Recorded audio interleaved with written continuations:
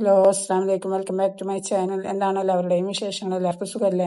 ഇന്ന് വന്നിട്ടുള്ളത് ഒരു പപ്പായയും മാങ്ങയും കൂടെ ഒരു കറിയായിട്ടാണ്. അതിനായിട്ട് പപ്പായ ഒന്ന് കഴുകി വൃത്തിയാക്കി എടുത്തതാണ്. അതിൻ്റെ മേലെ പശയും ഇതൊക്കെ ഉണ്ടാവും അതിൻ്റെ. അപ്പം അതൊന്ന് തൊലി കളഞ്ഞ് ഇതുപോലെ ആക്കി എടുത്തിട്ടുണ്ട്. നന്നായി തന്നെ തൊലി കളയണം, ഇല്ലെങ്കിൽ ചെറുതായി കയ്പുണ്ടാവും. അപ്പം അതൊക്കെ നന്നായിട്ട് തന്നെ തൊലി കളഞ്ഞ് കഴുകി വൃത്തിയാക്കി ഇതുപോലെ ഒന്ന് മുറിച്ചെടുക്കുന്നുണ്ട്. ഇനി തീരെ കുരുമില്ലാത്ത പപ്പായയാണ്. ഇനി അതിൻ്റെ ഉള്ളിൽ മൊരി പോലത്തെ കണ്ടതൊന്ന് മുരി കളഞ്ഞ് വീണ്ടും കഴുകി ഇതുപോലെ കഷ്ണങ്ങളാക്കി എടുത്തിട്ടുണ്ട്. ഈ ഒരു വലുപ്പത്തിലാണ് എടുത്തിട്ടുള്ളത്. ഈ മാങ്ങയാണ് എടുത്തിട്ടുള്ളത്. അതും ഇതുപോലെ തൊലി കളഞ്ഞിട്ട് കഷ്ണങ്ങളാക്കി ഇതേ വലുപ്പത്തിൽ തന്നെ എടുത്തിട്ടുണ്ട്. ഇനി അതൊന്ന് കുക്കറിലിട്ട് വേവിച്ചെടുക്കാം.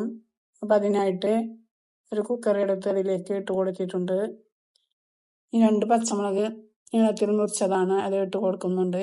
കുറച്ച് വേപ്പിൻ്റെ ഇലയും ഇട്ട് കൊടുത്ത് അതിൻ്റെ ശേഷം കുറച്ച് കാശ്മീരി മുളകും പൊടിയും ഒരു സ്വല്പം സാധാ മുളകും പൊടിയും എരിവുള്ള കാരണം കൊണ്ടാണ് കുറച്ച് എടുത്തിട്ടുള്ളത്. മഞ്ഞൾപ്പൊടിയും ഉപ്പും പാകത്തിന് ഇട്ട് കൊടുത്ത് പാകത്തിന് വെള്ളം ഒഴിച്ചിട്ടൊന്ന് ഇളക്കിയ ശേഷം കുക്കറൊന്ന് മൂടി വെച്ച് കൊടുക്കാം. ഇതുപോലെ വെള്ളം ഒഴിച്ച് കൊടുത്തിട്ടുണ്ട്. ഇനി 2 വിസിൽ വരുന്നവരെ ഒന്ന് വേവിച്ചെടുക്കാം. അപ്പോഴേക്കും അതിലേക്ക് അരപ്പ് തയ്യാറാക്കാം. അപ്പോൾ അതിനായിട്ട് ഒരു മുറി തേങ്ങയാണ് എടുത്തിട്ടുള്ളത്, 4 അല്ലി ചെറിയ ഉള്ളി. എന്നിട്ട് മിക്സിയുടെ ജാറിലൊന്ന് അരച്ചെടുക്കാം.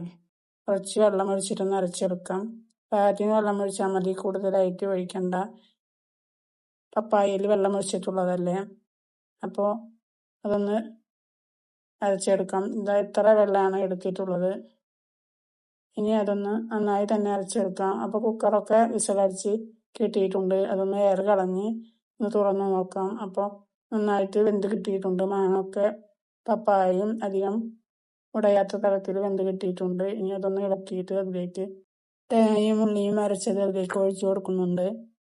എന്നിട്ടൊന്ന് ഇളക്കിയ ശേഷം മിക്സിയുടെ ജാറിൽ വീണ്ടും കുറച്ചും കൂടെ വെള്ളം ഒഴിച്ചിട്ട്, അധികമൊന്നും ഒഴിച്ചിട്ടില്ല, സ്വല്പം ഒഴിച്ചു കൊടുത്ത് അതിലേക്ക് ഒഴിച്ചു കൊടുത്തിട്ടുണ്ട്. അപ്പോൾ പാകത്തിനായിട്ട് കിട്ടിയിട്ടുണ്ട് കറിയൊക്കെ.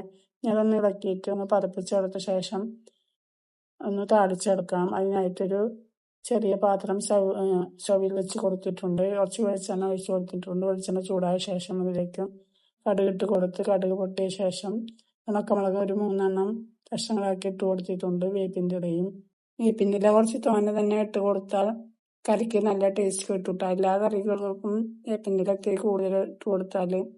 അപ്പോൾ എല്ലാം താളിച്ച് ഒഴിച്ച് കൊടുത്തിട്ടുണ്ട്. ഇനി അതൊന്ന് ഇളക്കി കൊടുക്കുന്നുണ്ട്. നല്ല രുചിയാണ് ഇങ്ങനെ ഉണ്ടാക്കി കഴിക്കാൻ. ചോറിലേക്ക് കൂട്ടി കഴിക്കാനൊക്കെ നല്ല രുചിയാണ്. അപ്പോൾ എല്ലാവരും ഒന്ന് ഇതുപോലെ ഉണ്ടാക്കി നോക്കുക. വീഡിയോ ഇഷ്ടപ്പെട്ടാൽ ലൈക്ക് ചെയ്യാനും ഷെയർ ചെയ്യാനും സബ്സ്ക്രൈബ് ചെയ്യാനും കമൻറ്റ് ചെയ്യാനും മറക്കരുത്. മറ്റൊരു വീഡിയോയുമായിട്ട് വരാം.